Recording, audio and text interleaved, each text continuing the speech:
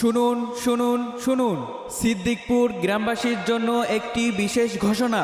আমাদের গ্রামের মাতব্বর ও মসজিদ কমিটির সভাপতি সিদ্দিক মুন্সি সাহেবের পক্ষ থেকে জানানো চাচা, মাইকি কি হয়েছে যে করছে? যারা জোহরের নামাজে আসবেন না, গ্রামের সকল পুরুষকে মসজিদে এসে নামাজ আদায় করার জন্য আদেশ করা হচ্ছে।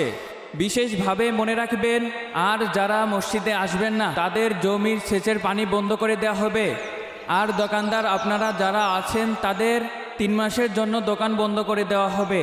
আর আদেশ অমান্যকারীদের বিরুদ্ধে কঠোর ব্যবস্থা নেওয়া হবে। ঘোষণায় সিদ্দিক মুন্সি ও মসজিদ কমিটির সভাপতি। সভাপতি সাহেব, এসবের কি কোনো দরকার আছে? কিসের কথা বলছেন ইমাম সাহেব?